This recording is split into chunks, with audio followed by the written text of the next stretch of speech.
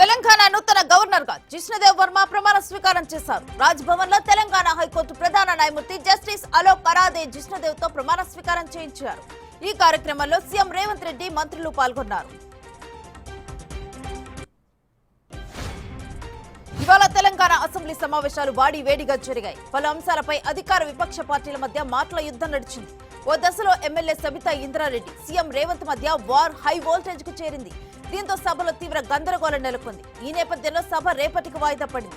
CM Revanth తనకు క్షమాపణలు చెప్పాలని సబితా డిమాండ్ చేశారు. అందుకు కౌంటర్ ఇచ్చిన కాంగ్రెస్ ఎమ్మెల్యేలు తామెవరిని అవమానించలేదని అన్నారు. పరిశ్రమల శాఖపై సీఎం చంద్రబాబు సమీక్షలు నిర్వహించారు. 5 నూతన పాలసీల రూపకల్పనకు ఆదేశించారు. 4 ప్రాంతాల్లో కొత్త ఇండస్ట్రియల్ క్లస్టర్లను ఏర్పాట్లు చేయాలన్నారు. గత 5 ఏళ్లలో శాఖలో జరిగిన వ్యవహారాలపై అధికారులతో చర్చించారు. వెనక్కి వెళ్లిపోయిన కంపెనీలను తిరిగి రప్పించేందుకు ప్రయత్నించాలని చంద్రబాబు సూచించారు. ఏపీలో భారీ సంఖ్యలో డీఎస్పీలు ట్రాన్స్ఫర్ అయ్యారు. మొత్తం 96 మంది డీఎస్పీలను బదిలీ చేస్తూ డీజీపీ ద్వారకా తిరుమలరావు ఉత్తర్వులు జారీ చేశారు. 57 మంది డీఎస్పీలు పోలీస్ హెడ్ క్వార్టర్స్ లో రిపోర్టులు చేయాలని ఆదేశించారు. ఉత్తర్వులు తక్షణం అమల్లోకి రానున్నాయి. హైదరాబాద్ లోని మహేష్ కోఆపరేటివ్ బ్యాంకులో ఈడీ అధికారులు సోదాలు చేపట్టారు. హైదరాబాద్ సిటీ పోలీసులు నమోదు చేసిన కేసు ఆధారంగా అధికారులు తనిఖీలు చేపట్టారు. 300 కోట్ల రూపాయల నిధుల గోల్మాల్పై ఈడీ కేసు నమోదు చేసింది. సిఐడి మాజీ చీఫ్ సంజయ్, మాజీ అడిషనల్ ఏజీ పొన్నవోలు సుధాకర్ రెడ్డికి ఏపీ హైకోర్టు నోటీసులు జారీ చేసింది. దర్యాప్తులో ఉన్న స్కిల్ కేసుకు సంబంధించి గతంలో మీడియా సమావేశం పెట్టడంపై హైకోర్టులో పిల్ దాఖలైంది. దాన్ని పరిశీలించిన ధర్మాసనం వారికి నోటీసులు జారీ చేసింది. కౌంటర్ను దాఖలు చేయాలని రాష్ట్ర ప్రభుత్వాన్ని ఆదేశించింది.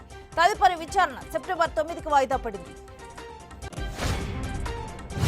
హీరో రాజ్ తరుణ్ లావణ్య వ్యవహారం మరింత ముదురుతోంది. సినిమా ప్రమోషన్ కోసం ప్రసాద్ ల్యాబ్స్ కు వెళ్లిన రాజ్ తరుణ్ అడ్డుకునేందుకు లావణ్య అక్కడికి వచ్చింది. రాజ్ బయటకు వచ్చే వరకు అక్కడే నిలుచుంటానని లావణ్య నిరసనకు దిగారు. లావణ్య వచ్చిన విషయం తెలుసుకున్న పోలీసులు ఆమెకి సర్ది చెప్పారు. మాదాపూర్లోని రాజ్ తరుణ్ ఇంటికి వెళ్లి నిరసన చేస్తానని లావణ్య తెలిపింది. హైదరాబాద్ నార్సింగ్ లో 4.5 ఏళ్ల బాలికపై అత్యాచారం కేసులో దోషికి హైకోర్టు ఉరి శిక్ష విధించింది. 2018 నార్సింగ్ లో బాలికపై సెంట్రింగ్ కార్మికుడు దినేష్ కుమార్ అఘాయిత్యానికి పాల్పడ్డాడు. 2021లో అతనికి రంగారెడ్డి కోర్టు ఉరి శిక్ష విధించగా ఆ తీర్పును సవాల్ చేస్తూ హైకోర్టును ఆశ్రయించాడు.